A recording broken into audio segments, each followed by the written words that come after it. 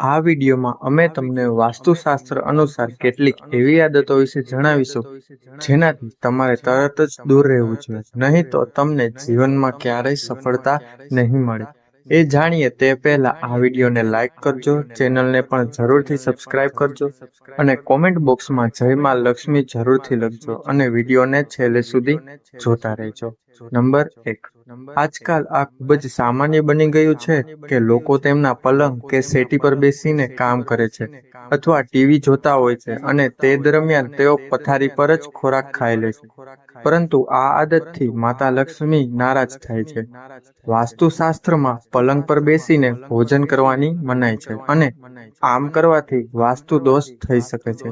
તેનાથી ઘરમાં નકારાત્મક વાતાવરણ બને છે. નંબર 2. તમારે ક્યારેય પણ એઠા વાસણોને રસોડામાં વધારે સમય સુધી ન રાખવા જોઈએ. જમ્યા પછી તરત જ આ વાસણોને ધોઈને તેમની જગ્યાએ પાછા મૂકવાનો પ્રયાસ કરવો જોઈએ. ઘણા લોકોને રાતના વાસણ સવારે ધોવાની આદત હોય છે, પરંતુ આ આદત તમારા ઘરમાં નકારાત્મક ઉર્જા લાવે છે. તેથી તમારે રસોડામાં ક્યારેય ગંદા વાસણો ન રાખવા જોઈએ.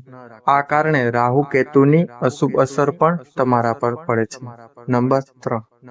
જમ્યા પછી તમારા વાસણમાં જ હાથ ન ધોવા જોઈએ. આવું કરવાથી તમે તમારું નસીબ નબળું કરો છો. વાસણમાં હાથ ધોવાથી તમારી આર્થિક સ્થિતિ નબળી પડે છે. આના કારણે તમારું સ્વાસ્થ્ય પણ બગડવા લાગે છે. તેથી જો તમે તમારા ઘરમાં સમૃદ્ધિ ઈચ્છો છો તો આ આદત આજે જ છોડી. નંબર 4. શાસ્ત્રો અને પુરાણોમાં સૂવાનો સમય નિર્ધારિત કરવામાં આવ્યો છે. સૂર્યોદય પહેલા જાગવું અને રાત્રે સૂવું સર્વશ્રેષ્ઠ માનવામાં આવે છે. કેટલાક લોકો આળસના કારણે સૂર્યોદય એટલે કે સૂર્ય ઉગ્યા પછી અને સૂર્યાસ્ત એટલે કે સૂર્ય આથમે તે સમયે સૂઈ જાય છે, પણ જે અયોગ્ય છે. આમ કરવાથી દેવી લક્ષ્મી ક્રોધિત થઈને ઘરની બહાર ચાલ્યા જાય છે. સાંજનો સમય પૂજા માટે શ્રેષ્ઠ માનવામાં આવે છે. આ સમયે સૂવું અશુભ માનવામાં આવે છે. નંબર 5. તમે જ્યાં પલંગ પર સૂવો છો ત્યાં ક્યારેય ગંદકી ન રાખો. પલંગ પર ફાટેલી અથવા ગંદી ચાદર એટલે કે ઓછાળ રાખવાથી નકારાત્મક ઉર્જા તમારા ભાગ્યને અસર કરી શકે છે. સવારે ઉઠતાની સાથે જ પથારીને સાફ કરો અને ઓછાળ બરાબર પાથરી દો. બેડ પર એક જ ઓછાળ ઘણા દિવસો સુધી ન રાખો. ગંદુ ઓછાળ તમારા ઘરમાં ગરીબી લાવે છે. નંબર 6. દરરોજ પૂજા કર્યા પછી પૂજા કે મંદિરની સાફ સફાઈ જરૂર કરો. તેનાથી તમારા ઘરમાં પ્રગતિ થાય છે અને દેવી લક્ષ્મીની કૃપા પણ તમારા પર બની રહે છે. જો તમે ઘરમાં દરરોજ મંદિરમાં ધૂળ અને ગંદકી સાફ કરો છો અને સાવ ગંદકી ક્યારેય જમા થવા ન દો. આના કારણે તમારા ઘરમાં નકારાત્મકતા રહે છે. નંબર 7. હિન્દુ ધર્મમાં પૂજા, જપ અને વ્રતનું ખૂબ મહત્વ કહેવામાં આવ્યું છે. પરંતુ જો તમે ઘરમાં પૂજા અને વ્રત ન કરો તો દેવી લક્ષ્મી નારાજ થાય છે, જેના કારણે આર્થિક તંગીના કારણે ગરીબીનો સામનો કરવો પડી શકે છે. નંબર 8. ક્યારેય પણ એક હાથે ચંદન ન લગાવવું જોઈએ. આવું કરવાથી દેવી લક્ષ્મી નારાજ થાય છે અને પૈસાની તંગીનો સામનો કરવો પડે છે. આ સાથે જ ચંદન લગાવ્યા પછી તેને સીધું ભગવાનને ન લગાવવું જોઈએ. તે સારું નથી માનવામાં આવતું. સૌ પ્રથમ ચંદનને એક વાસણમાં રાખો અને પછી તેને દેવી દેવતાઓને ચઢાવો. નંબર 9. નખ દાંત વડે ચાવવાની આદત ઘણા લોકોમાં જોવા મળે છે. નખ ચાવનારા લોકોનો સૂર્ય નબળો પડી જાય છે. આવા લોકોને આંખની સમસ્યા હોય છે અને કોઈ કારણ વગર અપયશ મળે છે. નંબર 10. ઘણા લોકોને ગમે ત્યાં બૂટ કે ચપ્પલ ફેંકવાની આદત હોય છે. બૂટ કે ચપ્પલ ફેંકવાની આ આદત તમારા જીવનમાં નકારાત્મક ઉર્જા લાવી શકે છે. ખાસ કરીને ક્યારેય પણ બૂટ કે ચંપલ મુખ્ય દરવાજા પર ન રાખો. તેનાથી ઘરમાં દેવી લક્ષ્મીના આગમનમાં અવરોધ આવે છે. બૂટ કે ચંપલ હંમેશા રેક અથવા અલગ અલગ અલમારીમાં રાખો. નંબર 11. જૂના સમાચાર પત્ર એટલે કે છાપા પણ ઘરમાં ભેગા ન કરવા જોઈએ. આ પણ નકારાત્મક ઉર્જાનું કારણ બને છે, જેના કારણે પરિવાર અશાંતિનું વાતાવરણ સર્જાય છે. આવી સ્થિતિમાં જો તમારા ઘરમાં પણ જૂના છાપા લાંબા સમયથી પડ્યા હોય તો આજે જ તેને ફેંકી દો કે ભંગારના વેપારીને આપી દો. નંબર 12, જ્યોતિષ શાસ્ત્ર અનુસાર સૂર્યાસ્ત એટલે કે સૂર્ય આથમી જાય પછી કોઈને પણ પૈસા ન આપવા જોઈએ. આમ કરવાથી તમારા કર્જનો બોજ વધી શકે છે. સુખ સમૃદ્ધિનો અભાવ પણ રહી શકે છે. આર્થિક નુકસાન થવાની સંભાવના રહે છે.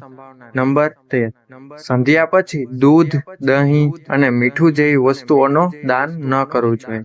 આ વસ્તુઓનું દાન કરવાથી આર્થિક રીતે નકારાત્મક પ્રભાવ પડે છે. આ સિવાય જે લોકોના ઘરના મુખ્ય દ્વાર પર અંધારું હોય છે, તેમનું દરેક કામ પણ બગડી શકે છે. જેના કારણે ઘણી મહેનત કર્યા પછી પણ આપણે ઘણા કાર્યોમાં સફળતા મેળવી શકતા નથી. નંબર 14, વાસ્તુશાસ્ત્ર અનુસાર રાત્રે કપડાં ધોવાનું ટાળવું જોઈએ. આવું કરવાથી ઘરમાં નકારાત્મકતા ફેલાય છે, કારણ કે રાત્રે નકારાત્મક શક્તિઓ વધુ અસરકારક હોય છે. તેથી રાત્રે કપડાં ધોવાથી ઘરના લોકો બીમાર પડી શકે છે. તમે જોયું હશે કે ઘણા લોકો રાત્રે સાવરણીથી વાળે છે, જે વાસ્તુ અનુસાર ખોટું છે. શાસ્ત્રો અનુસાર સાવરણીમાં દેવી લક્ષ્મીનો વાસ હોય છે.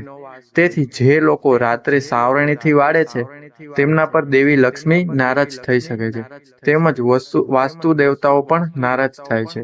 નંબર 15, ઘણા લોકોને એવી આદત હોય છે કે તેઓ સ્નાન કર્યા પછી પોતાના બાથરૂમને ગંદુ કરીને મૂકી દે છે અને પોતાના અન્ય કામમાં વ્યસ્ત થઈ જાય છે. વ્યક્તિની આ આદત તેના જીવનમાં સમસ્યાઓ પણ લાવે છે. ઘરના બાથરૂમ અને ટોયલેટના દરવાજા હંમેશા ખુલ્લા રાખવાથી ઘરમાં નકારાત્મક ઉર્જા ફેલાય છે, જેના કારણે ઘરમાં પૈસાની અછત રહે છે. તેથી આ દરવાજા હંમેશા બંધ રાખવા જોઈએ. નંબર 16, તમને જણાવી દઈએ કે ઘરમાં લગાવેલી ઘડિયાળનો પણ વાસ્તુ સાથે મોટો સંબંધ છે. જો તમે ઓશિકા નીચે ઘડિયાળ રાખીને સૂવો છો, તો તમારે ઘડિયાળ ઓશિકા નીચે રાખીને ન સૂવું જોઈએ અને ઘરમાં દિવાલ પર લગાવેલી ઘડિયાળ હંમેશા ચાલુ હોવી જોઈએ. જો ઘડિયાળનો કાંટો બંધ થઈ જાય તો તેમાં નવો સેલ એટલે કે પાવર નાખીને ચાલુ કરવી જોઈએ. તેને બંધ રાખવી જોઈએ નહીં. તેને હંમેશા ચાલુ જ રાખવી જોઈએ. નંબર 17, ઘરમાં જૂના, ખરાબ કે કાટવાળા તાળાઓ ક્યારેય ન રાખવા જોઈએ. આ ખરાબ તાળાઓના કારણે પરિવારના સભ્યોની પ્રગતિમાં અવરોધ આવે છે. આવી સ્થિતિમાં આ તાળાઓને તાત્કાલિક રિપેર કરાવો અથવા તો તેને દૂર કરો. નંબર 18, રસોડામાં રાંધણ ગેસ પર ખાલી અને એઠા વાસણો ન રાખવા જોઈએ. ગેસનો ચૂલો હંમેશા સાફ રાખવો જોઈએ. તેનાથી ઘરમાં સુખ, શાંતિ અને સમુદ્ર આવે છે અને સમાજમાં માન સન્માન મળે છે. પુરાણોમાં કહેવાયું છે કે ચૂલા પર ખાલી વાસણો રાખવાથી ઘરમાં દરિદ્રતા આવે છે. આવા લોકોના ઘરમાં ક્યારેય સમૃદ્ધિ આવતી નથી. મંદિર પછી રસોડું સૌથી પવિત્ર સ્થળ છે અને ત્યાં દેવી દેવતાઓનો વાસ છે. જો મિત્રો આ વિડીયો તમને પસંદ આવ્યો હોય તો વિડીયોને લાઈક કરો અને ચેનલને સબસ્ક્રાઇબ કરો તથા બાજુમાં આપેલા બેલ આઇકન બટનને જરૂર દબાવો. આભાર.